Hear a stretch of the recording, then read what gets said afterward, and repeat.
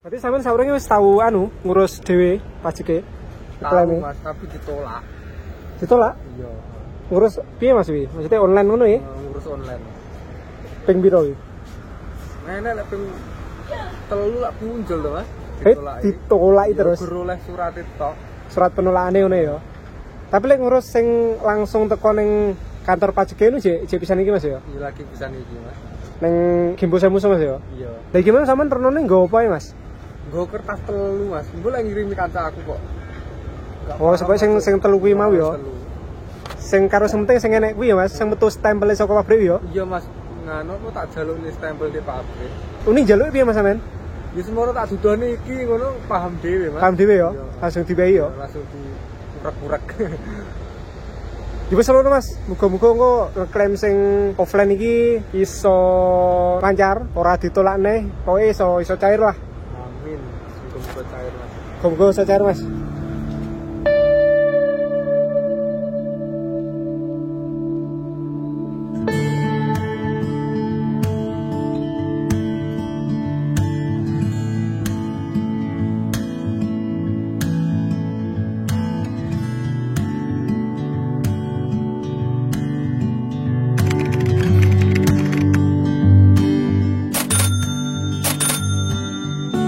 Kamu punya pengalaman serupa seperti kakak yang ada di video awal tadi?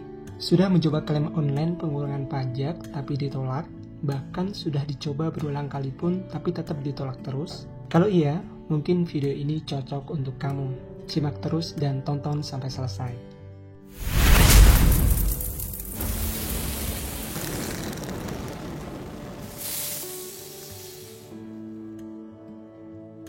Oke, jadi pertama yang harus kamu lakukan ketika pengeklaiman pengurangan pajak kamu ditolak adalah menunggu sampai surat penolakannya datang. Biasanya kan kita sudah bisa mengetahui tuh pengeklaiman kita disetujui atau ditolak itu dari notifikasi yang ada di aplikasi HomeTax. Simpelnya, kalau notifikasi yang kamu terima di aplikasi HomeTax seperti ini, ada tulisan Inyong dalam kurung Suyong, itu berarti pengajuan kamu disetujui. Selamat, biasanya dalam waktu maksimal 7 hari kerja, uangnya akan masuk ke rekening yang sudah kamu daftarkan. Namun, jika notifikasi yang kamu terima di aplikasi HomeTax seperti ini, ada tulisan gigak dalam kurung Gobu, berarti pengajuan klaim kamu ditolak. Dan kamu harus menunggu dulu sampai surat penolakannya datang ke alamat kamu. Nanti, di dalam surat itu biasanya akan dijelaskan alasan kenapa klaim pengurangan pajak kamu ditolak. Nah, yang perlu dicatat di sini adalah bahwa kita perlu tahu atau mengidentifikasi alasan penolakannya terlebih dahulu. Karena tidak semua yang ditolak itu bisa teratasi. Misalnya kasus yang ditolak karena tahun yang kamu klaim itu melebihi atau melampaui jumlah tahun yang seharusnya bisa diklaim. Nah, biasanya ini tuh banyak terjadi di teman-teman reentry sih. Jadi mereka hanya bisa mengajukan klaim pengurangan pajaknya di periode pertama saja atau untuk 5 tahun kontrak pertama. Setelah itu, jika mereka balik lagi atau reentry masuk periode yang kedua, ketika dicoba ajukan pengurangan pajak, maka biasanya pengajuan tersebut akan ditolak. Nah, jika alasan penolakan yang kamu terima adalah seperti ini, sebaiknya kamu menyerah saja karena sudah nggak ada harapan lagi.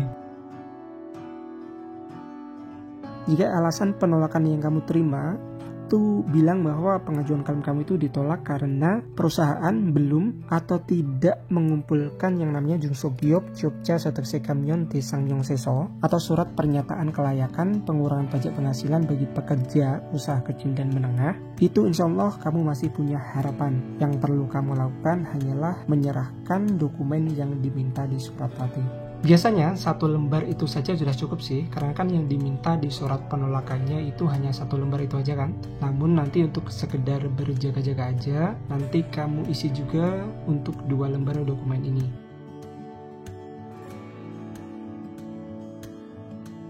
Nah, untuk dokumen yang ini, itu cara mengisinya seperti ini. Yang kamu isi cukup nomor 1, Songjong itu kamu tulis nama kamu. Kemudian untuk nomor 2, Jumin Tengnuk Bono, kamu isi dengan nomor ID card kamu. Untuk nomor 3, Saubjang Tengnuk Bono, nomor registrasi perusahaan. Kalau kamu tidak tahu nomor registrasi perusahaan kamu kosongkan saja juga bisa. Kemudian untuk nomor 4, Juso, itu adalah alamat perusahaan kamu isi. Kemudian untuk nomor 5, Junwal Bono, nomor HP kamu. Selanjutnya untuk nomor 6, itu adalah nama perusahaan. Setelah itu langsung saja ke nomor 9. Nomor 9 itu ada Yongjong dalam kurung Gyeoljong Chonggu Iu. Nah itu kamu isi dengan tahun yang ingin kamu klaim. Misalkan kalau kamu kerja dari tahun 2018 ya isi aja dari tahun 2018, 2019, 2020, 2021 sampai 2022 yang sekarang ya. Kemudian selanjutnya yang harus diisi adalah nomor 16. Di situ ada bank yang kamu daftarkan untuk nantinya bisa menerima pengembalian pengurangan pajaknya. Kamu isi bank yang kamu gunakan bank apa, kemudian diisi untuk jeja bononya atau untuk nomor rekeningnya. Yang terakhir adalah tahun, bulan, dan tanggal nyon woroil atau waktu ketika kamu mengajukan klaim tersebut. Kamu isi tahun, bulan, dan tanggalnya. Di bagian sampingnya ada Chongguin, itu adalah orang yang mengajukan yaitu kamu sendiri. Kamu tulis nama kamu sesuai dengan yang ada di ID card, dan di bawah tahun, bulan, dan tanggal tadi kamu isi dengan tanda tangan kamu. Jadi cukup seperti itu saja mengisinya. Kemudian berikutnya yaitu Jungso Giyop Chiopcha Sodaksi Kamin Shinjongso. Cara pengisiannya atau yang perlu kamu isi adalah tentu saja yang nomor 1 yaitu Songmyong, nama, kemudian adalah nomor 2 yaitu Juminton Okbono, nomor ID card kamu tentunya. Nomor 3 itu isi dengan alamat perusahaan kamu atau alamat kamu tinggal sekarang. Kemudian nomor 4 itu kamu centang yang bagian paling atas yaitu Chongnyeon, dan pastikan kamu saat memasuki atau masuk pertama kali di Korea itu maksimal berumur 34 tahun, karena kalau di atas itu maka otomatis akan ditolak. Selanjutnya adalah nomor 5 di bagian nyon woroil, itu kamu isi dengan usia kamu ketika masuk pertama kali di Korea. Jadi pastikan harus di bawah 34 tahun. Jadi kamu umur berapa tahun, berapa bulan, sampai berapa hari kamu tulis di situ. Untuk chiopilnya kamu isi dengan tanggal atau waktu pertama kali kamu masuk ke Korea. Untuk Sengyeon Worilnya kamu isi dengan tanggal lahirnya. Selanjutnya yang perlu kamu isi adalah nomor 8 di bagian Gamyeon Gigan. Sejak il kamu isi seperti Chiopil ya, tanggal ketika kamu pertama kali kerja atau pertama kali masuk ke Korea. Selanjutnya untuk nomor 9 Chungnyo-il kamu isi dengan kapan kamu habis kontrak, kapan kamu terakhir kali akan bekerja. Ini kamu bisa lihat di belakang ID card kamu. Di sana ada Mario Ilja, kamu bisa isi dengan itu. Selanjutnya, yang perlu kamu isi adalah bagian yang word-in-nya. Itu kamu isi dengan waktu ketika kamu mengajukan klaim tersebut. Kemudian di bawahnya kamu isi dengan tanda tangan kamu, dan jangan lupa di Sinchong-in kamu isi dengan nama kamu sesuai yang ada di ID card. Oke, kemudian untuk dokumen berikutnya yang harus diisi adalah Jungso Giyop Chiopcha Sodaksi Kamyon Desang Yongseso. Ini dokumen yang diminta tadi, dokumen yang paling penting, dokumen yang harus dimintakan cap basah atau stempel dari perusahaan. Nah, biasanya dokumen ini itu yang mengisi adalah perusahaan atau pabrik kamu. Namun jika perusahaan tidak mengisinya, kamu bisa isi juga sendiri. Nanti kamu tinggal minta saja untuk stempel pabriknya. Yang perlu kamu isi adalah bagian Sangho, itu adalah nama perusahaan, kemudian Sabja Denokbono, nomor registrasi perusahaan, selanjutnya Sabjangso JJ adalah alamat perusahaan, kemudian di bawahnya ada juga Jonabono, nomor telepon perusahaan, dan Juop Chung Kode, ini yang mengerti perusahaan ya. Selanjutnya untuk di bagian kolom bawah itu kamu isi sekalian untuk Songyong, nama kamu, Jumin Denokbono, nomor ID card kamu, Chiopil, pertama kali kamu masuk ke Korea, tahun berapa, kemudian untuk Chiopcha Yuhyong itu kamu tulis atau kamu isi dengan Chongnyeon. Kemudian Jungso Giyop Chiopsi Yolyang kamu isi dengan tahun atau usia kamu ketika kamu masuk ke Korea pertama kali. Harus di bawah 34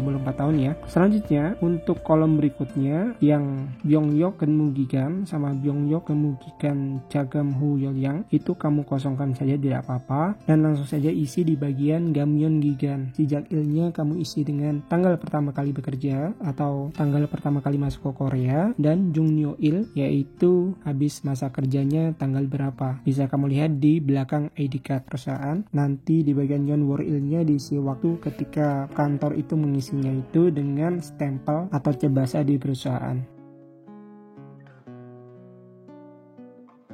Nah, kalau kamu sudah selesai mengisi ketiga lembar dokumen tersebut, kamu bisa langsung menyerahkannya atau mengumpulkannya ke kantor pajak atau semuso yang terdekat di daerah kamu. Nah, semuso ini biasanya hanya buka di hari kerja saja ya, jadi kamu hanya bisa berkunjung di hari Senin sampai Jumat saja. Sabtu dan Minggu biasanya libur. Lalu bagaimana misalnya kalau, mas, saya kalau hari kerja nggak bisa ke semuso nih, karena saya kerjanya juganman, saya kerjanya siang terus. Nah, kalau seperti ini kasusnya, kamu bisa sekalian minta tolong ke orang kantor untuk mengirimkan dokumen tersebut via fax ke Semuso tersebut. Jadi kalau misalkan kamu nggak bisa berkunjung ke Semusonya, alternatifnya adalah kamu bisa mengirimkan atau bisa minta tolong orang kantor untuk mengirimkan dokumen tersebut via fax ke Semuso atau ke kantor pajaknya. Nah, kemudian muncul pertanyaan. Ini adalah pertanyaan yang biasanya sering ditanyakan ke WhatsApp saya. Mas, nanti kalau sudah sampai ke Semusonya, terus ngomongnya gimana, Mas? Oke, pertama kamu tentu saja harus masuk ke dalam Semusonya atau ke kantor pajaknya. Yang kedua, kemudian ngambil nomor di mesin antrian dan menunggu sampai nomor kamu dipanggil. Nah, berikutnya setelah dipanggil nomor kamu dan kamu menghadap ke petugasnya, kamu langsung salam saja, misalkan annyeonghaseyo gitu. Terus langsung saja bilang sodeksik gamyon sinchong hariku wasoyo, sambil nyerahin dokumen yang 3 lembar tadi. Atau kalau kamu nggak bisa ngomongnya atau malu, kamu bisa langsung serahin aja 3 lembar itu ke petugasnya. Nanti biasanya otomatis petugasnya pasti akan langsung ngerti sendiri kok. Selanjutnya kamu bisa menunggu sembari petugasnya menginput data kamu. Nah, biasanya nanti setelah selesai, kamu akan dikasih job sujeng atau lembar penerimaan sebagai tanda bahwa pengajuan kamu itu sudah diterima. Nah, untuk corigigan atau masa pemrosesannya itu maksimal 2 bulan. Nah, jadi setelah selesai diajukan, nanti pengajuan kamu itu nantinya akan diperiksa atau direview lagi oleh petugasnya. Tapi biasanya lebih cepat juga bisa sih, tergantung seberapa banyak antriannya. Nah, untuk 3 lembar dokumen yang diperlukan tadi, kamu bisa langsung aja lihat di deskripsi ya. Saya sudah taruh linknya di situ. Kamu nanti tinggal download aja filenya dan minta orang kantor untuk ngeprintkannya. Nah, kalau kamu sungkan minta bantuan orang kantor untuk mengeprintkan dokumen tersebut, kamu bisa juga mendapatkan dokumen itu dari shelter terdekat. Biasanya mereka punya sih. Atau bisa juga kamu kontak saya, nanti akan saya kirimkan ke alamat kamu print outnya, tinggal ganti biaya ongkirnya aja. So, mungkin itu aja. Semoga tutorial ini membantu khususnya untuk teman-teman yang klaim pengurangan pajaknya kemarin sempat ditolak. Terima kasih sudah meluangkan waktunya untuk menonton video ini, dan sampai jumpa di video saya berikutnya. 자꾸만 시도 때도 없이 시무룩하고 고민이 생겼니 초등학교 영어 수업 시간에 배웠었던 현재 진행형 같아 하루에 10번 내 맘이 움직여